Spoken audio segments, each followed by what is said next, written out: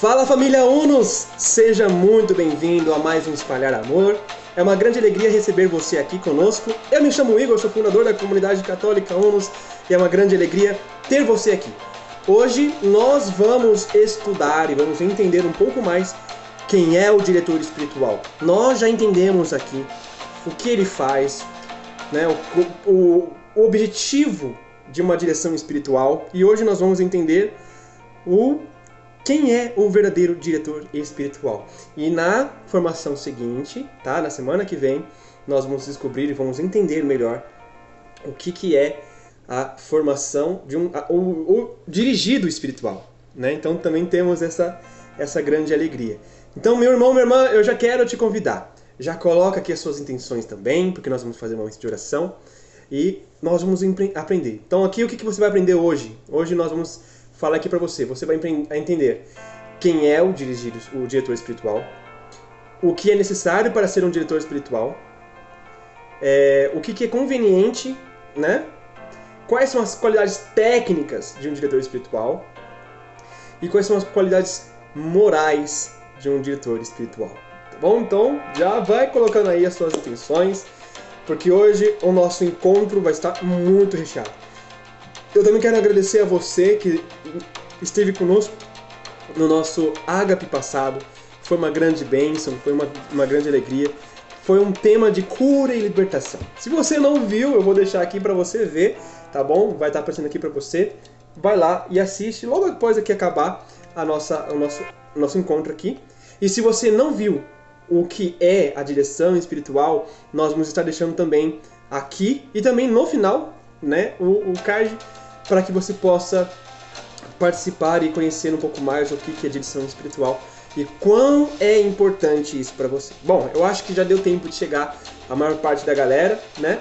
Então vamos já iniciar com uma oração, né, pedindo que o Espírito Santo venha iluminar o nosso coração. Em nome do Pai, do Filho e do Espírito Santo. Amém. Vinde, Espírito Santo, enchei os corações dos vossos fiéis e acendei neles o fogo do vosso amor. Enviai o vosso Espírito e tudo será criado, e renovareis a face da terra. Oremos, ó Deus que instruíste os corações dos vossos fiéis, com a luz do Espírito Santo. Fazei com que apreciemos retamente todas as coisas, segundo o mesmo Espírito, e gozemos sempre da sua consolação. Por Cristo Senhor nosso. Amém. Em nome do Pai, do Filho e do Espírito Santo. Amém. Muito bem, então, nós já entendemos, nós já falamos do que é direção espiritual, já falamos qual é o seu objetivo. O objetivo, claramente, né? Vamos só dar uma recapitulada aqui, para você ver melhor. Vai lá no outro vídeo, assiste melhor, porque nós lá deixamos uma hora inteira só para falar sobre o que é a direção espiritual. Mas a direção espiritual, né, a gente pode tentar resumir um pouquinho em o objetivo de levar você para o céu. Então não é um conselho, não é um aconselhamento espiritual. O que nós temos nas nossas paróquias são aconselhamento espiritual. Não é uma direção espiritual, tá bom? Só é direção espiritual quando você tem uma direção para o céu, uma direção para a sua santidade. Quando você vê um padre que fala, assim tá bom, não, você não tem que ser mais, você tem que fugir desse padre, tá? No bom sentido. Você tem que fugir desse padre no sentido de que, não, padre, eu quero ser santo. Eu não estou vindo aqui para pedir um conselho, eu quero ser santo, eu quero ter uma direção para literalmente mudar de vida.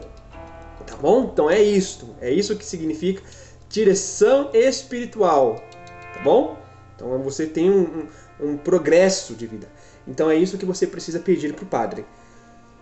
Tá? Então não é para você ir lá pedir pro padre aconselhamento sobre a sua vida, sobre a sua história. Ah, porque eu não consigo perdoar os meus pais. Ah, porque eu não... Não tem nada a ver com isso. Tá bom? E também não é confissão. Direção espiritual não é confissão. Tá?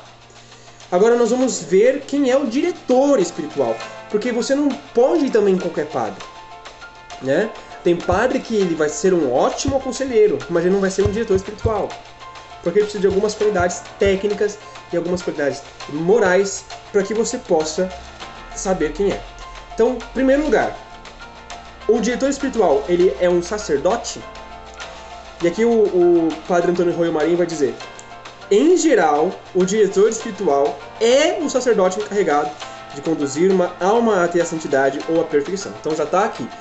A missão de um diretor espiritual é levar a pessoa até a santidade ou perfeição cristã. Então a gente tem que olhar por isso. Como que é a vida desse padre? Como é que eu vou escolher meu padre, meu diretor espiritual? Como que é a vida dele? A vida dele condiz com o que eu quero para minha vida? Ele tem buscado a santidade? Ele se mostra um padre zeloso pela doutrina, zeloso pela vida espiritual? Porque se ele não tem essa vivência espiritual, para que eu vou nesse padre para poder pedir direcionamento espiritual? Tá? Seguindo aqui, é necessário que seja um sacerdote? Ele diz, mesmo que não se possa estabelecer a lei absoluta e universal ordinariamente, deve-se dizer que sim, deve ser um diretor espiritual, deve ser um sacerdote. Por quê? Porque é conveniente. E ele vai dar algumas razões. Por que é conveniente que seja um sacerdote? Primeiro, pela economia geral da ordem sacramental, sobrenatural, que reservou ao sacerdote o papel de mestre. Então, os sacerdotes, eles têm uma missão especial de ensinar. Eles são chamados a ensinar. Só que ensinar o quê? Ensinar as coisas do céu. Então, é a missão específica do sacerdote. Então, quando você tem um padre sendo seu diretor espiritual, você tem essa missão especial dele sendo cumprida. Segundo, pela íntima conexão e às vezes até mesmo fusão do ofício de confessor. Às vezes você pode ter um mesmo diretor espiritual que também é o seu confessor. Ou seja, que você vai lá para se confessar, que você vai poder, após a confissão, já fazer uma direção espiritual, que era o meu caso. Né? Eu tive um diretor espiritual, né, que ele era meu confessor também. Então, logo após a confissão, ele já começava a direção. Igor, como é que você está fazendo? Como é que você está nisso? Como é que você está naquilo? E eu tinha sorte que era meu pároco, né? Na época. Depois que ele foi embora, a gente nunca mais conseguimos fazer. Até hoje eu não tenho um diretor espiritual que eu consiga ter, né, me acompanhando desde esse padre. Aliás, eu tive um diretor espiritual para mim e para a comunidade, mas que acabamos ficando sem por enquanto, né? Mas em breve, se Deus quiser, eu vou ter um diretor espiritual também, que eu estou rezando por isso. Deus vai abençoar da gente ter, tá bom? Então tem essa graça, você pode ter o seu diretor espiritual sendo o seu confessor, você poder se confessar com ele frequentemente. Se você tiver a graça de seu pároco ser um bom diretor espiritual, meu irmão, não perca tempo, vá com o seu pároco. Vá com o seu pároco. Analise ali a vida do seu pároco, veja se ela condiz com aquilo que você vive, que você quer viver, com a santidade que você quer seguir. E, em terceiro lugar, ele também coloca aqui, pela graça do estado sacerdotal, da qual carecem os que não são sacerdotes. Então o sacerdote ele tem uma graça espiritual. Ele tem um poder ali,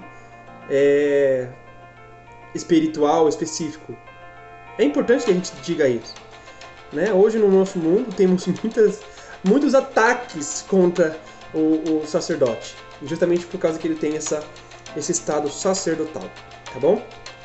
Mas aí ele também coloca aqui um ponto importante. Isso não significa que quem não é sacerdote não possa fazer uma direção espiritual, tá?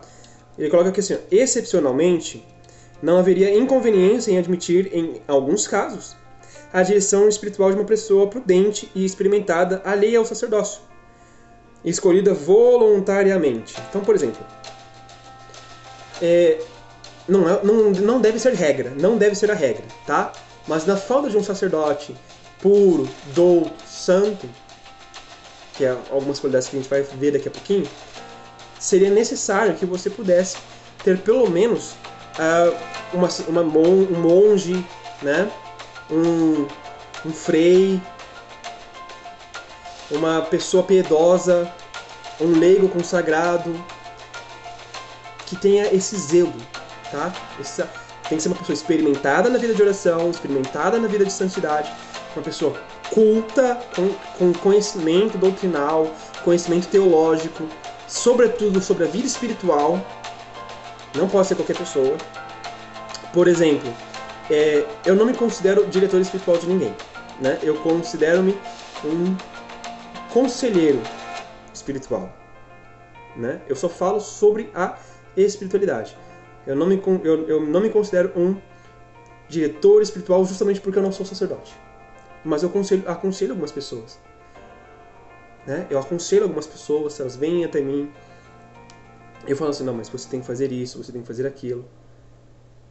Você tem que buscar uma vida de oração mais profunda. E é esse tipo de coisa que aqui ele está falando. Eu não me considero diretor espiritual justamente porque eu não sou sacerdote e não é minha vocação ao sacerdócio, né? Mas é uma vocação que algumas pessoas têm. Por exemplo, se um dia me tornar um diácono, né? Um diácono permanente. Me casei, e aí teve lá o tempo necessário, acabaram me chamando para ser diácono, aceitei e fui para o diaconato. É uma possibilidade de eu me dedicar a isso também. Porém, eu não sendo sacerdote, eu não sou diretor espiritual. Tá? Isso aqui é importante que vocês entendam. Só que aqui ele coloca um ponto importante aqui para você entender também. Há alguns exemplos históricos de diretores espirituais que não eram sacerdotes. Não só entre os padres do deserto e os primeiros abades beneditinos, como também em épocas mais recentes, a exemplo de São Francisco de Assis, que ele era, por exemplo, ele era diácono, tá? São Francisco de Assis ele era um diácono. E o próprio Santo Inácio de Loyola, antes de ser ordenado sacerdote. E também tem casos de mulheres sendo diretoras espirituais. Por exemplo, Santa Catarina de Sena e Santa Teresa de Jesus, né? A Teresa de Ávila. Então, há exemplos na história da igreja. Existem esses exemplos para que a gente possa dizer com uma segurança, não, você pode ser um diretor espiritual também, né? Claro que eu acho que a gente deveria usar um termo conselheiro espiritual, né? Formador pessoal, eu acho que seria o mais importante, o mais correto. Você é o meu formador pessoal, você não é o meu diretor espiritual, né? Pro leigo, principalmente. Formador pessoal eu acho que é o melhor, tá bom? Segunda coisa aqui que ele coloca. É necessário ou conveniente que o diretor espiritual seja ao mesmo tempo nosso confessor e o confessor do dirigido? Ele fala assim, não é necessário. Não é obrigatório, não é estritamente necessário que o seu confessor e o seu diretor sejam a mesma pessoa. E ele coloca aqui também as razões. Por quê? São duas funções inteiramente distintas e por isso mesmo são separáveis. A direção espiritual não é confissão. Você não vai lá se justificar na confissão. Você vai falar na confissão, você vai falar os seus pecados e acabou. Ponto. Você não tem que se justificar. Você vai chegar e vai falar: Padre, eu cometi isso e isso. Estou arrependido. Ponto. Você não vai ficar falando mais nada. Não é? Eu cometi um pecado, mas foi isso e aquilo outro que aconteceu comigo. Não, ali não é para isso, tá? A confissão é para confessar, é para você falar os seus pecados e acabou. Direção espiritual é para você caminhar por um caminho de santidade, tá bom? Porque às vezes é materialmente impossível, por exemplo, nas ausências do diretor, durante as quais o dirigido necessite se confessar. Como é que você vai se confessar, por exemplo, se você, vamos supor, você caiu em pecado mortal e o seu diretor espiritual saiu para fazer uma evangelização, saiu para fazer alguma coisa, você precisa confessar. Ele vai ficar um mês fora. O que você vai fazer? Vai ficar sem confessar? Não. Você vai confessar com outro padre. Tá entendendo? Você precisa desse feeling. Você não pode deixar as coisas acontecerem e você ficar ali à mercê das coisas. Você tem que deixar, você tem que ir até o padre e confessar com o padre que estiver. Né? Porque às vezes, né, às vezes é impossível você não confessar com o mesmo padre. Você confessar com o mesmo padre. E porque o confessor ordinário, como o de monjas de clausura, por exemplo, pode ser um excelente administrador do sacramento da penitência. Porém, por algumas razões, pode não reunir as condições necessárias para dirigir uma determinada alma muito elevada. Por exemplo, se você tem uma pessoa que está ali na quinta morada, e o padre tem padre que não vai ter condição de conseguir fazer uma direção espiritual dessa alma. Tem padre que não consegue, né? Sexta morada, imagina uma pessoa tentando, um padre dos nossos assim, né? Desses padres assim que não acreditam em muitas coisas, conduzindo uma pessoa de sexta morada, onde tem muitos fenômenos místicos no natural dela, muitas manifestações. Pode fazer até mal. Santa Teresa d'Ávila teve esse problema também. Inclusive, teve um padre que chegou a falar, não, isso é obra do demônio. Porque não conhecia. Entende? Mas aí ele fala que assim, mas é conveniente. Não é necessário, mas é conveniente. Por quê? Pela íntima relação entre ambos os ministérios. Embora não se requeira naturalmente em cada confissão que em cada confissão haja também direção espiritual, essa última pode se realizar, por exemplo, uma vez ao mês, ou quando reclamem as necessidades espirituais dirigidas. Então você pode, por exemplo, se confessar naturalmente, né, como você se confessa com seu padre, e uma vez ao mês você faz a direção espiritual.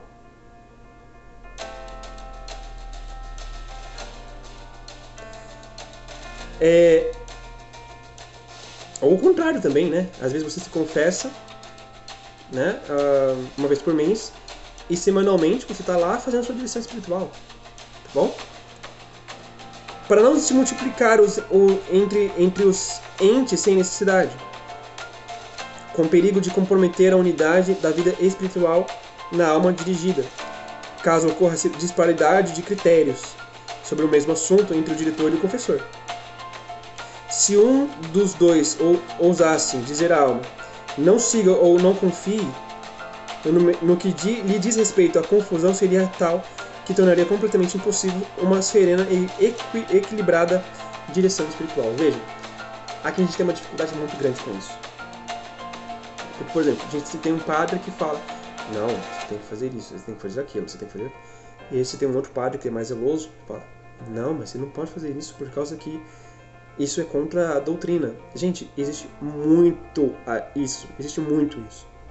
Então, tem o mesmo padre e o mesmo confessor. Tá bom? É mais prudente.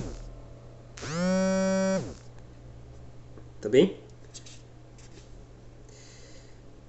Mas como falamos, não é necessário. Não é necessário.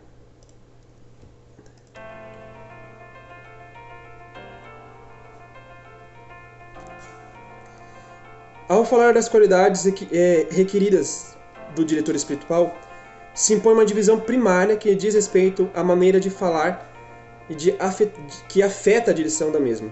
Então aqui a gente vai pegar algumas qualidades técnicas para que você possa entender melhor. Legal? Então a gente tem aqui as seguintes. Essas qualidades técnicas foram trazidas por nós por Santa Teresa d'Ávila. A nossa Santa Teresa d'Ávila. E a primeira delas é a ciência. Os padres que são diretores espirituais precisam ter uma grande ciência. Os principais conhecimentos que deve possuir se referem à teologia dogmática e moral, ascética e mística e princípios fundamentais da vida espiritual, da oração e seus graus de orações, ilusões que deve evitar, casos patológicos, como por exemplo doenças mentais, doenças nervosas mais frequentes, ele deve conhecer, e também fenômenos extraordinários, graças gratuitamente dadas. Então, um padre que queira ser um diretor espiritual, ele tem que ter a qualidade técnica do conhecimento, da ciência, ele tem que saber dessas coisas. Ele tem que saber de teologia, ele tem que saber de ascética, ele tem que saber de mística, né, dons místicos, dons de oração, vida de oração. Ele precisa ter esse conhecimento, né? Eu mesmo estou me especializando muito em vida de espiritualidade, em cura interior. Por que eu estou falando de cura interior também? Porque é uma coisa muito importante para a sua vida. Também tem muita coisa de psicologia. Estou fazendo um curso de psicologia tomista para poder a gente a gente está desenvolvendo também dentro da nossa comunidade um método terapêutico, né? Então eu estou fazendo um curso de psicologia tomista, né? Então é importante que a gente possa ter também esse conhecimento dentro da nossa vida. Então, se você é um diretor espiritual, tenha esse conhecimento, tá? A próxima qualidade que um diretor espiritual tem que ter é a discrição. Ele precisa ser prudente, né? Ele não pode ser um padre que vai, né? Ele vai agir com uau! Não, ele tem que ser discreto, tá? Então a palavra discrição vem do latim do verbo discernere, que significa discernir, separar e dividir. Com essa expressão queremos significar um conjunto de qualidades que visam, antes de tudo, a clareza e a penetração de juízo para distinguir em cada caso o verdadeiro e o falso, o reto e o distorcido. Então tem que ser um padre prudente, que vai olhar para as necessidades do dirigido, vai ver se aquilo é verdadeiro ou não. E não se espantar com aquilo. Por quê? Chegamos lá, o padre chega e a pessoa fala para o padre assim: Padre, eu tive uma visão de Jesus chagado. Ele vai ter que ter a descrição. Ele não pode se assustar com aquilo. Ele não pode... Nossa, me diga como que é. Ele não pode ter curiosidade. Então, ele tem que ser um padre calmo, sereno nesse momento e falar: ok, me explique mais, me conte mais. Ele vai ter que puxar para ver, para ter firmeza, de energia do cumprimento do seu dever. Ele não pode simplesmente, uau, que incrível, ou duvidar logo de cara. Ele tem que puxar para poder ver aquilo. Ele tem que ter o discernimento real, tá? Então ele precisa de prudência sobrenatural nas decisões, clareza nos conselhos e firmeza de energia em exigir o seu cumprimento. Tá bom? Ele tem que ser também um padre de experiência. Ele não pode simplesmente viver, né? De qualquer jeito. Ele tem que ter experiência. Então, é uma das mais preciosas qualidades com a qual se deve ser adornado o diretor espiritual. A experiência deve ser de duas classes: a própria e a alheia. A própria é ele mesmo, tem que ter uma vida de espiritualidade pura. Ele tem que se esforçar, ele tem que tentar, ele tem que buscar, tá bom? Então, sobretudo, quando começam a manifestar os efeitos maravilhosos da atuação predominante dos dons do Espírito Santo, o diretor não atinará a encaminhar a alma por onde Deus a quer levar, nem mesmo o entenderá. Se ele não tem isso, né, se ele não vive essa graça, ele não pode levar o outro. Então ele tem que tentar, né? Não significa que ele vai conseguir. Às vezes ele vai parar na terceira morada, mas ele não pode ser um padre que vai ficar vivendo uma vida abaixo do limite, tá? Tem que ser um padre que viva a graça. Outro ponto, o padre tem que ser um padre que viva também com o olhar alheio. Por quê? A experiência alheia pode ser que o padre ele pare na terceira morada, mas ele vai ver o exemplo, por exemplo, de Santa Teresa, que chegou na sétima morada. Bom, como é que foi o exemplo dela? Como é que aconteceu com ela? O que pode estar acontecendo com ele? Entende? Ele tem que ter esse olhar, ele tem que ter delicadeza. A palavra aqui é delicadeza e prudência, mais uma vez, tá? Mas, sobretudo, ele tem que ter uma experiência, tem que tentar, tá? Ele tem que tentar. E as qualidades morais. O padre precisa ser intensa piedade. Então, São João da Cruz insistia muito nisso. E a piedade, nós já vimos, né, é uma virtude que nos ajuda a ter um zelo maior, uma dedicação maior, um amor maior pelas coisas de Deus. Então nós temos que ter ele tem que ter essa piedade. Precisa ter um zelo ardente. Eu vou só listar um pouquinho, e bem breve, para não se estender muito esse conteúdo, porque o conteúdo mais importante a gente já falou, tá bom? Então aqui, ele tem que ter também um zelo ardente pela santificação das almas. Tem que ser um cuidado máximo. Ele tem que desejar e cuidar ao máximo disso. Ele não pode deixar que as almas se percam. Ele tem que ter grande bondade e suavidade de caráter. Ele não pode ser uma pessoa agressiva. Ele tem que ser zeloso, calmo, bondoso, suave no caráter. Mesmo que ele seja colérico, ele tem que domar o próprio temperamento dele. Não pode ser firme demais e nem mole demais. Tem que ser suave, mas tem que ser ali, tá? Tem que ter profunda humildade.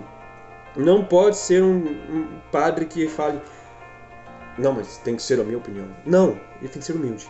Um padre que é um diretor espiritual é humilde. Ele não fala da sua opinião. Não interessa a opinião do padre. Interessa o que na direção espiritual interessa o que é a santidade. Tá bom? Profundo desinteresse e desprendimento. O diretor espiritual, quando ele vê que é importante que o dirigido passe para outro, ele vai falar: meu filho, vai para um outro diretor espiritual porque eu não posso mais te ajudar. Meu limite chegou. Então ele não pode ter interesses pessoais nisso. Ele tem que ser desprendido. Ele não pode colocar as suas vontades em cima do dirigido. Tem que ser o que Deus quer sobre aquela alma. E também tem que ser um padre que tenha desapego. Ele não pode estar apegado ao seu dirigido. Tá bom? Bom, por hoje é isso. Nós vamos já deixar aqui também pronto, já anotado para você participar conosco sobre a nossa semana que vem, tá bom? Então eu vou estar deixando aqui para vocês os vídeos. Lembrando que o nosso Caminho Vocacional 2024 está aberto, tá? Nós vamos fazer um vídeo falando sobre o que é, como faz, o que acontece, tá bem? Nós tivemos agora, essa quarta-feira, nosso último ágape, tá? O último ágape do ano. Ano que vem nós vamos voltar de novo com ele em fevereiro, tá? Lembrando também, quinta-feira e toda quinta-feira e todo domingo temos pregação aqui. Inclusive, ontem nós tivemos uma pregação muito boa. E toda sexta-feira, às 18 horas da noite, nós temos a formação do Espalhar Amor. Então eu conto com você aqui. Um beijo e tchau, tchau. Lembrando, aqui estão os vídeos que eu falei para vocês. Tchau, tchau.